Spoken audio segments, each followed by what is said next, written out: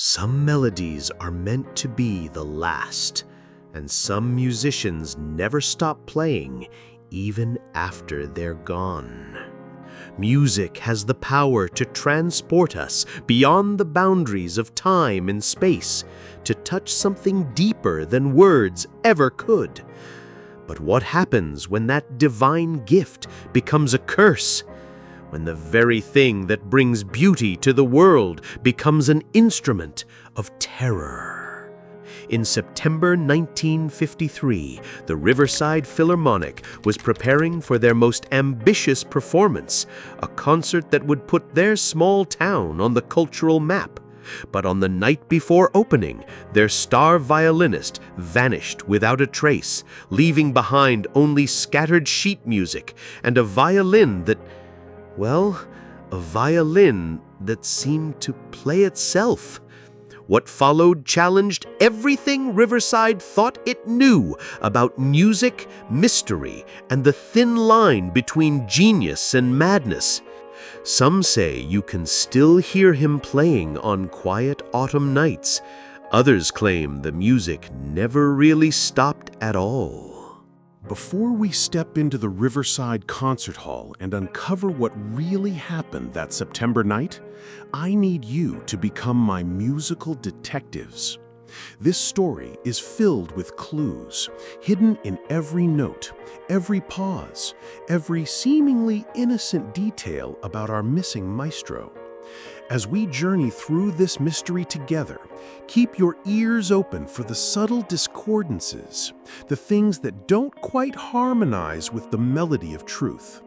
Drop your theories in the comments as we go. What makes a virtuoso vanish?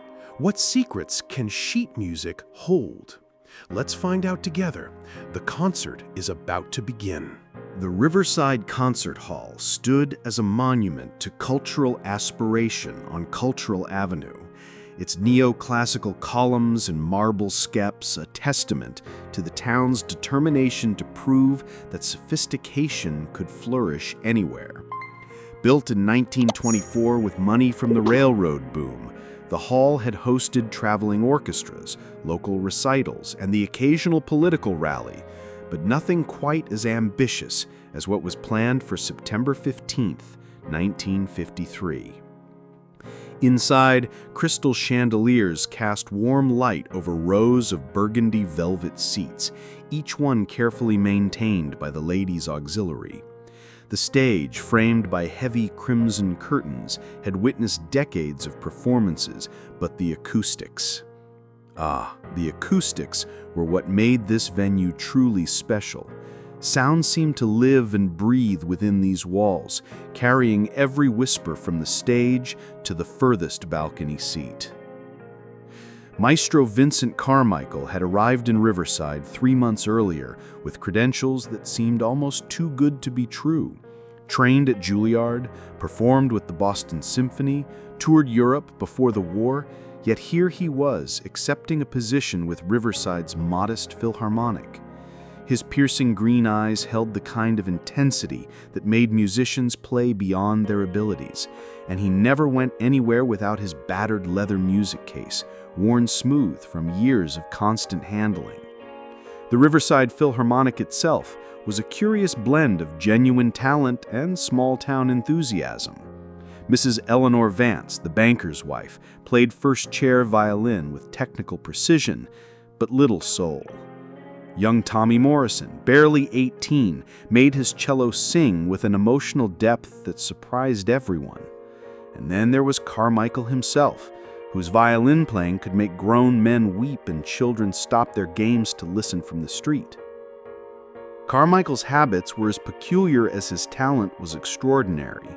Every night after official rehearsals ended, he would remain in the concert hall alone, practicing pieces that no one else had ever heard. Security guard Harold Pennington would lock up at 10, but somehow Carmichael always had his own key. Strange melodies, Harold would later tell police. Beautiful, but wrong somehow, like they were written for a funeral that hadn't happened yet. The maestro had been composing something he called Riverside Requiem, a piece he claimed would be his masterwork, but requiems are for the dead, and when asked who it was written for, Carmichael's eyes would grow distant, and he'd simply say, "For those who understand that every ending is also a beginning." The sheet music was written in his own hand, but the notation seemed unconventional, notes that shouldn't exist, measures that didn't add up. During regular rehearsals, Carmichael was a perfectionist bordering on obsession. He would make the orchestra repeat passages dozens of times, his violin bow cutting through the air like a conductor's baton. "Music is mathematics made audible," he would say. "Every note has its place. Every silence has a purpose. There can be no mistakes because there are no accidents." Carmichael's violin itself was a mystery, an 18th century instrument that he claimed had been crafted by a student of Stradivarius. The wood was darker than typical violins, almost black in certain light, and the sound it produced was unlike anything the other musicians had heard. Rich, haunting, with overtones that seemed to linger in the air long after the bow had lifted from the strings. Riverside had been preparing for this concert for weeks. Posters adorned every lamppost and storefront window. The Riverside Philharmonic presents an evening of classical masterworks featuring Maestro Vincent Carmichael. Tickets had sold out within days, a remarkable feat for a town where cultural events typically drew modest crowds. Something about Carmichael's reputation had spread beyond Riverside's borders. September 14th dawned gray and threatening, with storm clouds gathering over Riverside like a conductor raising his baton for a dramatic finale. The final rehearsal was scheduled for 7 that evening, with the concert itself planned for the following night. By 5 o'clock, orchestra members were arriving at the hall, their instrument cases protected against the gathering storm. Carmichael arrived precisely at 6:30, as always, but something was different. He carried not only his usual music case, but also a leather satchel bulging with additional sheet music. His typically immaculate appearance showed signs of strain, hair slightly disheveled, eyes rimmed with the exhaustion of someone who hadn't slept in days. He looked like a man possessed, cellist Tommy Morrison would later tell investigators. "Keep asking us to play passages over and over, but not the pieces we'd been rehearsing for months. New music, stuff I'd never seen before." And when Mrs. Vance asked about it, he just stared at her like she'd spoken a foreign language. The new piece Carmichael introduced was unlike anything in the classical repertoire. It began with a simple melody that seemed familiar, almost like a lullaby. But as the orchestra played, the harmony became increasingly complex, then discordant, then impossible. Musicians found themselves playing notes that their training told them shouldn't work together, yet somehow did. Trumpet player James Kellerman stopped mid-phrase during the third movement. "Maestro," he said, his voice shaking slightly, "this doesn't feel right. It's like we're playing something we shouldn't be playing." Carmichael's response chilled everyone in the room. "Music doesn't care about our comfort, Mr. Kellerman. It only cares about truth." But what truth was Carmichael talking about? And why did every musician in that room suddenly feel like they were part of something larger and more dangerous than a simple concert? By 8 o'clock, the storm had transformed from threatening to violent. Rain lashed the concert hall's tall windows, while thunder punctuated the orchestra's performance like a natural timpani. But Carmichael seemed energized by the tempest, his violin playing reaching heights of passion that bordered on the supernatural. During the fourth movement of the mysterious new piece, something extraordinary happened. As Carmichael's violin reached a particularly high, haunting note, every light in the concert hall flickered in perfect synchronization. Not the random flicker of a storm-stressed power grid, but a rhythmic pulsing that matched the music's tempo exactly. It was like the building itself was listening, pianist Margaret Foster would later recall. Like the walls were vibrating not just from the sound, but from something else, something that was using the music as a doorway. When asked what she meant by doorway, Margaret could only shake her head and say, "I can't explain it, but something was trying to get in, or maybe trying to get out." At 9:15, with the storm at its peak and the strange musical effects becoming more pronounced, Carmichael abruptly stopped the rehearsal. "That's enough for tonight," he announced, his voice carrying an odd quality that seemed to echo strangely in the acoustically perfect hall. "I need to prepare for tomorrow's performance.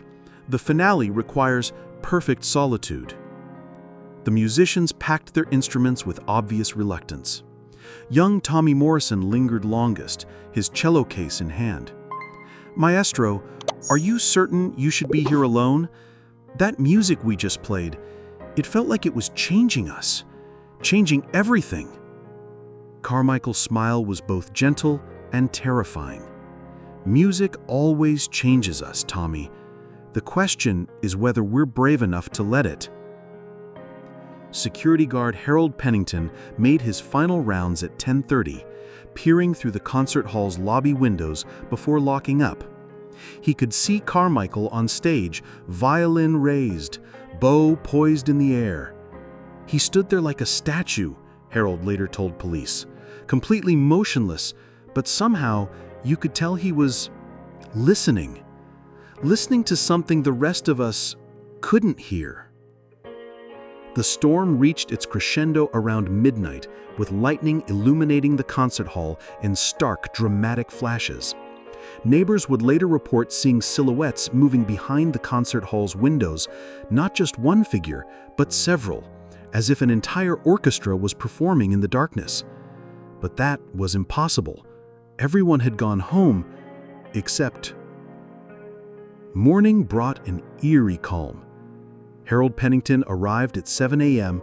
to find the concert hall's front doors standing wide open, despite having locked them securely the night before. Inside, the scene was both orderly and chaotic. Chairs and music stands remained in their proper positions, but music sheets were scattered across the floor like autumn leaves. And there, center stage, sat Carmichael's precious violin, abandoned. Detective Frank Morrison arrived at 8:30, called by Harold Pennington, who'd found the scene too disturbing to handle alone. Morrison was the same investigator who'd solved the Dr. Webb case just weeks earlier, and his experienced eye immediately noticed details that others might miss. Carmichael's violin hadn't been dropped or discarded. It had been placed with ceremonial precision at the exact center of the stage, positioned so that it would be the first thing anyone entering the hall would see. The bow lay parallel to the instrument, and both were surrounded by a perfect circle of scattered sheet music. Morrison gathered the scattered papers and made a disturbing discovery. Every single sheet belongs to Carmichael's mysterious Riverside Requiem. But this wasn't the incomplete composition the orchestra had struggled with the night before. This was a finished work, complete with notations and multiple handwritings, as if several different composers had collaborated on its completion. Morrison's interviews with the orchestra members revealed a pattern of increasing unease about Carmichael's behavior in the weeks leading up to his disappearance. He'd started talking about music as if it were alive, violinist Eleanor Vance told Morrison, said he could hear compositions that hadn't been written yet, melodies from the future calling to melodies from the past. Carmichael's dressing room told its own story. His street clothes were neatly folded, as if he changed into concert attire for a performance that never officially took place. His wallet, keys, and watch remained on the dressing table, but his leather music case, the one he never went anywhere without, was nowhere to be found. The Riverside Requiem's sheet music contained musical notations that Morrison's consultant, Professor Marcus Webb from the State University, declared theoretically impossible. Webb, no relation to the murderous doctor, was a musicologist who'd spent 30 years studying classical composition. "These harmonies shouldn't work," he told Morrison. "They violate every principle of musical theory, yet somehow they're beautiful." Morrison's canvassing of the neighborhood revealed that several residents heard music from the concert hall throughout the storm-ravaged night, but their descriptions were maddeningly inconsistent. Some heard a full orchestra, others a single violin. Still others described sounds that weren't quite music, but weren't quite noise either. Mrs. Dorothy Chen, who lived directly across from the concert hall, provided the most disturbing testimony. The music never stopped, she told Morrison. From 10 o'clock until dawn, there was always something playing. But around 3 in the morning, it changed. Started sounding like a conversation. Like the violin was talking to something and something was answering back. Morrison's investigation led him to Carmichael's boarding house on Elm Street, where the landlady, Mrs. Ruth Patterson, reluctantly showed him to the maestro's room. But the real discovery came when Morrison noticed discrepancies in the building's layout. There was space unaccounted for beneath Carmichael's room. Behind a concealed door in the basement, Morrison found Carmichael's true laboratory, not for science, but for sound. The room was filled with primitive recording equipment, modified instruments, and walls covered with musical compositions written in handwriting that seemed to shift and change depending on the viewing angle. The recording equipment was unlike anything Morrison had seen. Modified phonographs connected to unusual amplification devices, and multiple violins hanging on the walls like trophies. Each instrument was labeled with a date and location: Vienna, 1847, Boston, 1932, Prague, 1941. These weren't just instruments, they were a collection spanning over a century. Carmichael's journal, hidden beneath loose floorboards, revealed the horrifying truth.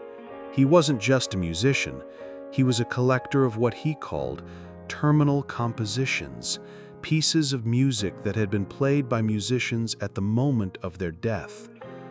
Each violin holds the final breath of its player, he'd written. When combined in the proper sequence, they create a symphony that can pierce the veil between worlds. The Riverside Requiem wasn't meant to be performed by living musicians. It was designed to summon and conduct the spirits of dead composers and performers. Carmichael believed that by playing this piece in the acoustically perfect concert hall during a storm that would provide natural electrical energy, he could create a permanent bridge between the living and the dead. The final entries in Carmichael's journal suggested he'd succeeded beyond his wildest dreams and beyond his ability to control. They answered the call, his last entry read. All of them. Every musician who ever died with music in their heart. But they want more than just to visit our world. They want to stay, and they want me to lead them. Based on the evidence Morrison gathered, investigators pieced together the events of that stormy September night. Alone in the concert hall, Carmichael had performed his Riverside Requiem not for an earthly audience, but for the spirits of every musician who had ever died while longing to play just one more song. As the storm raged outside, providing the electrical energy needed for his supernatural symphony, Carmichael's violin called out across the centuries. In response, the hall filled with the ghostly forms of musicians from every era: medieval minstrels, Baroque masters, jazz pioneers who died too young, symphony players claimed by war and disease. Morrison found physical proof of this supernatural gathering: fingerprints on instruments that no living person had touched, sheet music written in inks that hadn't been manufactured for decades, and most eerily, impressions in the dust on unused chairs, as if invisible audiences had attended Carmichael's final concert. But Carmichael had underestimated the hunger of the dead for the world of the living. His journal's final entry, written in increasingly frantic handwriting, described musicians from the beyond demanding not just to visit, but to replace the living entirely. "They want to turn every concert hall into a gateway," he wrote. "Every performance into a summoning. I've given them what they need to make music eternal, but eternally terrible." Faced with the choice between joining the ghostly orchestra or attempting to close the supernatural doorway he'd opened, Carmichael made the ultimate sacrifice. According to his final notes, he used his own life force to seal the breach between worlds, trapping both himself and the otherworldly musicians in a liminal space between life and death. Detective Morrison's official report classified Carmichael's disappearance as voluntary missing person with suspected mental health crisis. The supernatural elements of the case were deemed too unbelievable for public consumption, and the concert hall was quietly closed for structural renovations that lasted 2 years. Riverside's cultural ambitions suffered a severe blow with the cancellation of what was to be their grand concert. Season tickets were refunded, and several orchestra members left town, claiming they could no longer play their instruments without hearing echoes of music that shouldn't exist. Even after the hall was sealed, residents reported occasional sounds of violin music drifting from the building on stormy nights. Night watchmen, hired to guard the property during renovation, refused to work alone, claiming they could hear full orchestral performances emanating from the empty, locked building. When the Riverside Concert Hall finally reopened in 1955, it came with strict new policies. No solo performances after dark, no experimental or unknown compositions, and a requirement that all sheet music be pre-approved by a committee of musical scholars. The official explanation was acoustic safety regulations, but the real reason was fear of what music might summon if given the chance. Years later, in his private files, Detective Morrison documented evidence he'd never included in his official report. Photographs that showed shadowy figures on the concert hall stage, audio recordings of music that seemed to play itself, and most disturbing of all, sheet music that continued to appear in the sealed building despite no human presence. Morrison's private investigation revealed that Carmichael wasn't unique. Throughout history, musicians of extraordinary talent had reported contact with compositions from beyond, pieces of music that seemed to come from somewhere else entirely. Most had been dismissed as artistic temperament or mental instability, but Morrison now recognized them as early attempts at what Carmichael had achieved. To this day, no one knows exactly what became of Vincent Carmichael. Some believe he died that night, his spirit joining the ghostly orchestra he'd summoned. Others think he found a way to exist between worlds, forever conducting a symphony that bridges life and death. But everyone agrees on one thing: the music never really stopped. Today, the Riverside Concert Hall continues to host performances, though always under careful supervision and never allowing the kind of experimental compositions that drew Carmichael to the town. Musicians who perform there sometimes report unusual acoustic properties, their instruments seeming to play notes they didn't intend, harmonies appearing from nowhere to support their melodies. A small plaque in the concert hall's lobby remembers Vincent Carmichael as a musician whose passion for his art knew no boundaries.